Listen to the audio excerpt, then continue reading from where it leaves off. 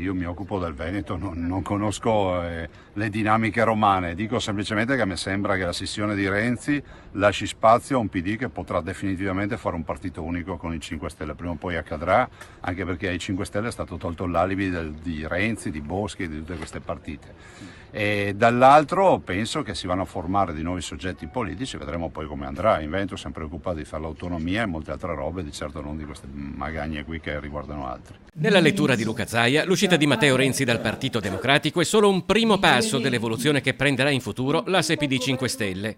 In Regione intanto la Lega ha depositato una proposta di referendum che modifichi la legge elettorale nazionale verso un maggioritario puro. Ci siamo, il provvedimento iscritto verrà votato in aula. In aula prevediamo di portarlo per il 24 settembre, per cui in linea.